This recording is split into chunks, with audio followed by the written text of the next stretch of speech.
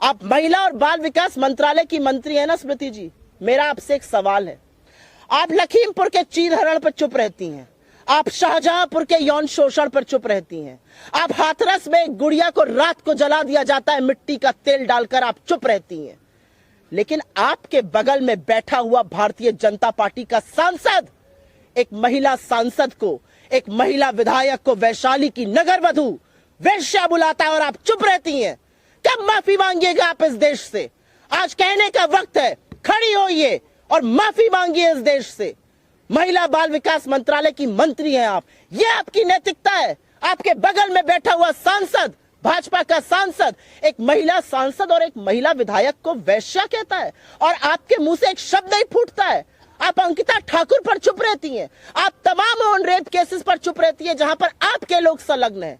लेकिन मैं आपसे सवाल पूछती हूं, संसद में बैठकर संसद की गरिमा को भंग करके, मर्यादा को तार तार करके आपका एक सहयोगी एक महिला सांसद को और एक महिला विधायक के लिए शब्द का प्रयोग करता है जिसको सुनने से पहले इस देश की हर महिला लज्जित होती है। ये शब्द नरेंद्र मोदी के हैं और संस्कार आरएसएस का है, और वो शब्द है झूठ बोलो, लगातार झूठ बोलो और झूठ फैलाओ, दुष्प्रचार करो। ये शब्द नरेंद्र मोदी जी के हैं और ये संस्कार आरएसएस के हैं। जो ट्रेनिंग स्मृति जी की झूठ बोलने के लिए हुई है उसका पर्दाफाश करना जरूरी है। आज दिक्कत यह है कि अडानी पर जो सवाल राहुल गांधी जी ने संसद में पूछे थे और वो सवाल आज भी जायज है, उनका जवाब नहीं है भारतीय जनता पार्टी के पास या नरेंद्र मोदी जी के पास, और उन सवालों से ध्यान भटकाने के लिए अनर्गल बातें कही जाएंगी। आज जनता वो सवाल पूछ रही है, आज जनता के मन में आ रहा है ये क्या अडानी से संबंध है, ये कौन सी प्रेम कथा है कि सारी की सारी सरकार हर मर्यादा, हर लोक लाज को ताक पे रखकर अडानी के बचाव में उतरी हुई है। लेकिन स्मृति ईरानी जी से मेरे कुछ सवाल हैं और वो सवाल लाजमी है।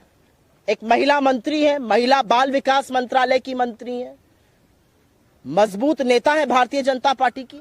आप विक्टिम कार्ड क्यों खेलती हैं? You are not a victim, आप किसी तरह से विक्टिम नहीं है। आप एक सशक्त महिला हैं, आप मंत्री हैं, सांसद हैं, आपसे ज्यादा मजबूत कौन है? आप विक्टिम कार्ड क्यों खेलती हैं? क्योंकि विक्टिम तो वो महिला है जो 400 रुपए का सिलेंडर आज 1200 पर ले रही है। विक्टिम वो महिला है जो आटे पर जीएसटी दे रही है। विक्टिम वो महिला है जो सरसों का तेल 90 पर था आज 200 पर खरीद रही है। विक्टिम वो लोग हैं। आप महिला और बाल विकास मंत्रालय की मंत्री है ना स्मृति जी, मेरा आपसे एक सवाल है। आप लखीमपुर के चीरहरण पर चुप रहती हैं, आप शाहजहांपुर के यौन शोषण पर चुप रहती हैं, आप हाथरस में एक गुड़िया को रात को जला दिया जाता है मिट्टी का तेल डालकर, आप चुप रहती हैं।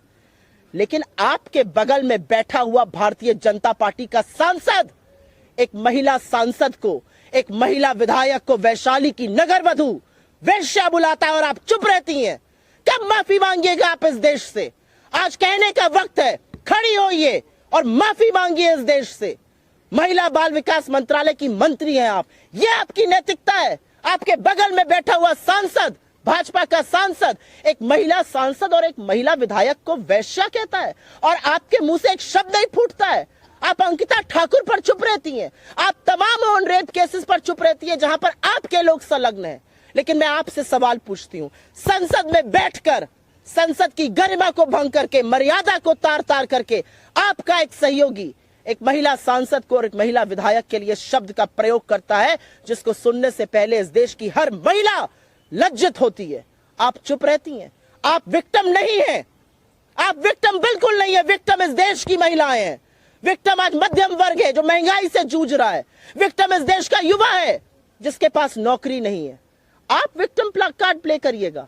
आपकी घबराहट और बौखलाहट में मुझे अडानी का बेनकाब होता हुआ सच नजर आता है।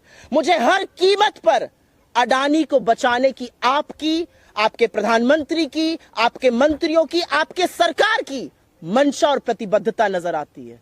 लेकिन वो कहते हैं ना कि सच को कितना भी छुपाओ वो और उतनी ही दोगुनी ताकत से उभरता है।